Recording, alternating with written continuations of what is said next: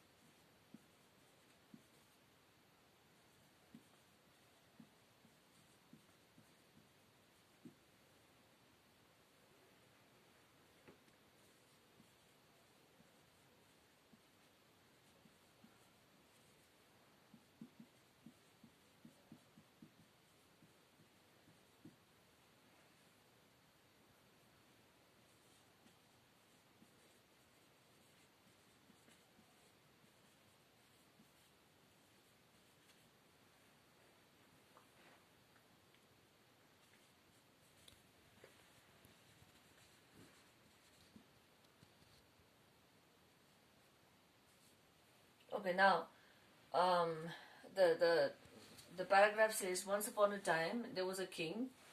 Why are we putting a for king? Because why? Something that we just did is because a, that is a noun. We are talking about a noun, a singular noun. That is why we have put a. And the second thing is because we are mentioning this king for the first time. So, if you are talking about, let's say, if I say once upon a time there was a king was very good, a king had a daughter, a king, it becomes very monotonous, very grammatically incorrect, most importantly. So when you are mentioning something for the second time, the same thing when you are mentioning in a sentence or in a sequence of sentence for the second time, you use the. One reason. Second reason is now because I have said the king. Why did I say the king here? It's because I already mentioned king in the first sentence, and we know whom are we, who is this king, and why are we talking about him. So that is why we have written the. Second reason is because we are talking about this particular king who had a daughter. When we are. So it can be two reasons, as far as the rules of grammar is concerned. And now she had a daughter. Why did the daughter become a? Because she's been mentioned for the first time. She was very intelligent. She is referred to the daughter. One day she met an old man. Why an? Because we're mentioning about someone who's old, so it comes in the vowels, A-E-I-O-U. So this is how it actually goes, And if I'm saying something like New Delhi is the capital of India. Again, one of the reasons why we have used is because there's only one New Delhi in the whole world, and we're talking about a particular city called New Delhi. And when we're mentioning something particularly, when we are referring to someone in distinctly, very differently, very importantly, then we use the. So please, if I am saying then, do you know whom did I meet today? So if you're saying no, I don't know, who was it? So I say, I met who do you think I should meet? I met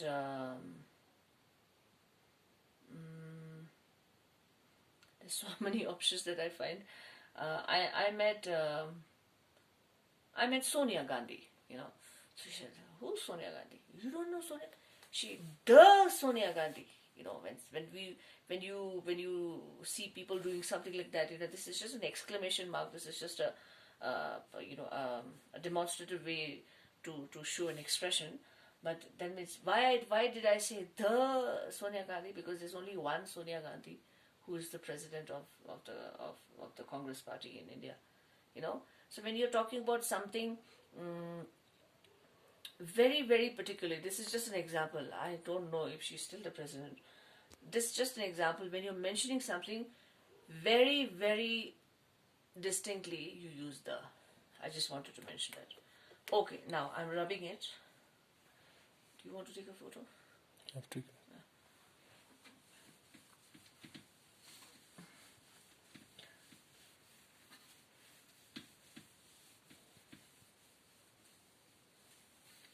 Okay, now the other thing is now it says determiners of quantity or quantifiers. So quantity means when you are mentioning about a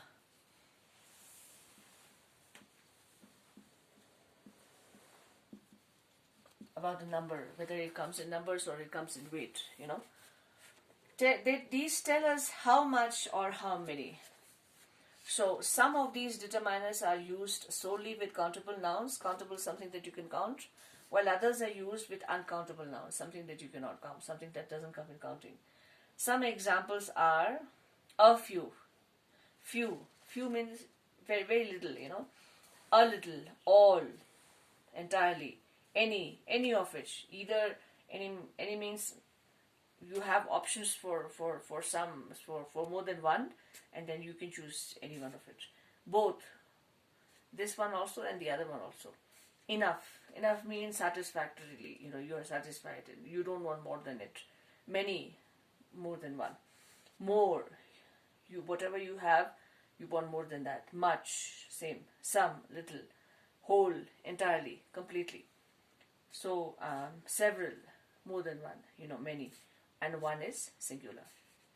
So these determiners come in quantity. There's a table here, and it's very very clearly mentioned. With countable nouns you could put many, a few pencils, several, you know. With uncountable, much water, little water, a little water, no water. You know, water comes in uncountable nouns. With both, with countable and uncountable, you can put all the pencils, all the water. She poured all the water. She finished all the water. She used all the pencils. You know, some pencils, some water, things like that. As henceforth. Much is normally used for questions and negative statements. Negative means no when you're using the word no. How much wire do we need? You know, when you're asking a question, you use much. How much is that for? You know, you must have heard your mother saying that. Bhaiya kitne ka de rahe hai? You know, you must have heard that. It did not take much work to clean this work. It did not negative statement. That's why much has come. We use most with a general plural noun. Plural is something, singular is one, plural is more than one. Okay, remember that. Most people think it is easy to make money. In Hindi or Urdu, you say most is zyadatar. In Ladakhi, it's like mangpo, mangcha, me. So when you have something, and people, when you have one person, you say it doesn't come people. It can come most. To be very frank, most should not be coming in that. You know, when you have one, you can say this man or that man, a man, something like that. Because we are mentioning about a general neutral situation where we are not mentioning about whether it's men or women, and the other thing is we're talking about where people are more than one, where human beings are more than one, you know. So we use most. Most schools today have a computer lab. Again, noun. A singular noun follows the expression many a. When you're talking about one person, one human, one living thing, many young man has aspirations to fame without really working towards it. Many a young man. बहुत सारे लोगों में जवान ऐसे हैं जो ऊंचे उड़ने का ख्वाब देखते हैं. Something like that, you know. There are many men. Most of the men want to go for a quick buck. That means they want to become rich with whatever means they can find. You know, they don't want to take the long way. So something like that. Determiners of number. When we use numbers before a noun, they function as determiners. Numbers is one, singular, plural, something like that, you know. And cardinal numbers tell us about quantity. You know. We will take 5 minutes to teach. There are 10 packets of noodles and 20 children. Specifically, they have mentioned the numbers, When we use ordinal number, first, third, as determiners, they show sequence. She's the first student to attend a winter school, something like that, She's the third student in the entire school who has full attendance for the whole academic year, something like that. Okay. So now you have exercises that we'll do in the assignment part later. Determiners of distribution.